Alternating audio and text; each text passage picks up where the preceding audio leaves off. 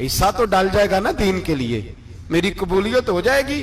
میرے حبیب نے ہاتھ اٹھائے اور دعا مانگی, کہے اللہ جتنا تو میدان کے مجاہدوں کو اجر عطا فرمائے اتنا اس غریبنی کو بھی عطا فرمانا, اتنا اسے بھی دینا. بھائی یہ جذبے تھے, یہ رنگ تھا امت مسلمہ کا, اس لیے کافر گھر میں بیٹھ کے کانپا کرتا تھا. اب اسے پتا ہے یہ اے سی والی کار سے نہیں نکل سکتے, اسے پتا ہے کہ ہم نے انہیں بوتل پہ لگا دیا ہے, اب یہ پیپسی مرینڈا اور یہ پی کے کھانے کے ساتھ تو یہ مست رہتے ہیں, اب یہ نہیں نکل سکتے گھر سے. ہم نے انہیں ان چیزوں پہ لگایا ہے جو ان کے وجود کو کھوکھلا کر رہی, اب کیسے میدان میں نکلیں گے. وہ اس لیے نہیں ڈرتا کہ وہ تیری آسائشوں, تیری زندگی میں آنے والی سہولتوں سے آشنا ہے. موت بستر پہ بھی آ جاتی ہے, لیکن جس کو میدان میں آتی ہے وہ ساری زندگی زندہ رہتا ہے, وہ ساری زندگی زندہ رہتا ہے. بھائی مرنا تو ہے, لیکن اگر زندگی دین کے کام آئے گی تو امر ہو جاؤ گے, بچ جاؤ گے. ہمیں رنگ دیا ہے قرآن پاک نے, محمد الرسول اللہ والذین معہ اشداء علی الکفار رحماء بینہم. پہلی بات یہ کہ کافر کے لیے سختی کا جذبہ رکھیں, نرمی اتنی دیر جتنی دیر اسے دین کے قریب کرنا ہے, لیکن اگر وہ بغض دکھائے تو اشداء علی الکفار. اور مومن کے حق میں رحماء بینہم. اور پھر فرمایا مدد بھی مانگو, تراہم رکعا سجدا یبتغون فضلا من اللہ ورضوانا, رکوع کرو, سجدے کرو, مدد مانگو. اور زندگی سے پیار نہ کرو اس لیے کہ جانا تو ہے, جب وقت آئے تو پھر شہادت سے پیار کرو, پھر سامنے کھڑی جنت سے پیار کرو. اللہ کی بارگاہ میں یہ التجا ہے, اللہ عالم اسلام کے جوانوں کے دلوں میں حضرت سیدنا امام حسین کے جذبوں کی خیرات عطا فرمائے. آخر دعوانا ان الحمد. سنے کون قصہ درد دل, میرا غم گسار چلا گیا, جسے آشناؤں کا پاس تھا وہ وفا شاری چلا گیا. وہی بزم گئے, وہی دھوم گئے, وہی عاشقوں کا ہجوم ہے کمی تو بس میرے چاند